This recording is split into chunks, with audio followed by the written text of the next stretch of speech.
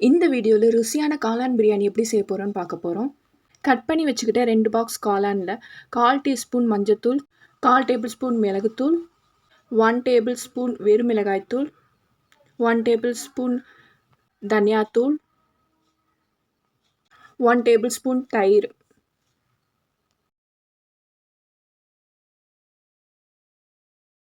இஞ்சி பூண்டு paste 1/2 spoon, கொத்தமல்லி 1 கைப்பிடி அளவு,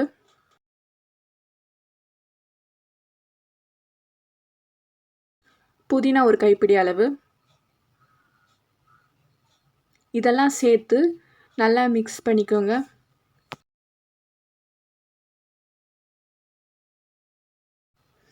மிக்ஸ் பண்ணி முடிச்சதுக்கப்புறம் வறுத்து எடுத்து வச்ச மொறுமொறுப்பான வெங்காயத்தை இதில் சேர்த்துக்கிறேன். அதுக்கப்புறம் உப்பு 1 ஸ்பூன் அளவு சேர்த்து இதெல்லாம் நல்லா போட்டு மிக்ஸ் பண்ணி ஒரு 20 நிமிஷம் ஊற விட்டுறணும்.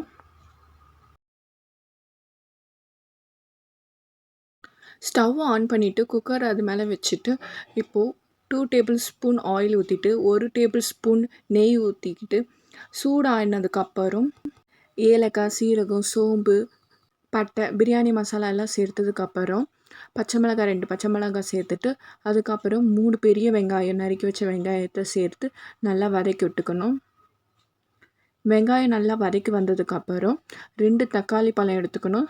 அதை நல்லா நீட் வாக்கில் நறுக்கிட்டு அதை சேர்த்து நல்லா வதக்கி விட்டுக்கணும். கூடவே இஞ்சி பூண்டு பேஸ்ட்டு சேர்த்துக்கிறவங்க சேர்த்துக்கலாம். நல்லா வதங்கி வந்ததுக்கப்புறம் நம்ம ஊற வச்சு எடுத்த காளானை இதில் சேர்த்துக்கலாம். இது ஒரு 5 நிமிஷம் போல் நல்லா வேக விட்டுறணும்.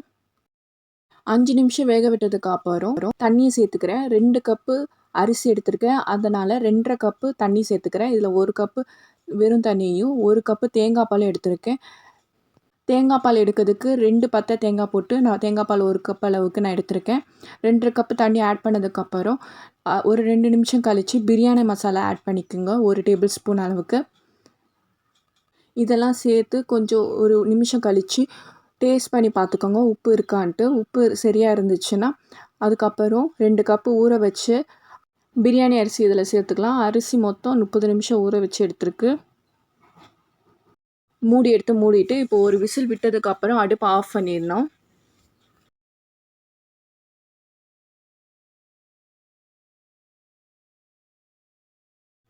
அவ்வளோதான், விசில் வந்துருச்சு. இப்போ குக்கர் மூடியை திறந்துடுறேன். பிரியாணி நல்லாவே ரெடியாக இருக்குது. கொலன்னு இல்லாமல் நல்ல பருவமாகவே வடிஞ்சிருக்கு சாதம். நீங்களும் உங்கள் வீட்டில் இதை ட்ரை பண்ணிவிட்டு கமெண்ட் பாக்ஸில் கமெண்ட் பண்ணுங்கள். இது போல் ரெசிபி வேணும்னா நான் நிறைய அப்லோட் பண்ணுறேன். சப்ஸ்கிரைப் பண்ணி வச்சுக்கோங்க இந்த சேனலை.